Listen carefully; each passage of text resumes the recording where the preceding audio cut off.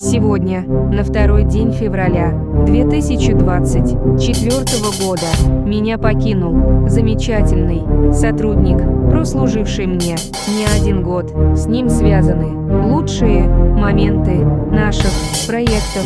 С миром, покойся, да пребудет с тобой техносила.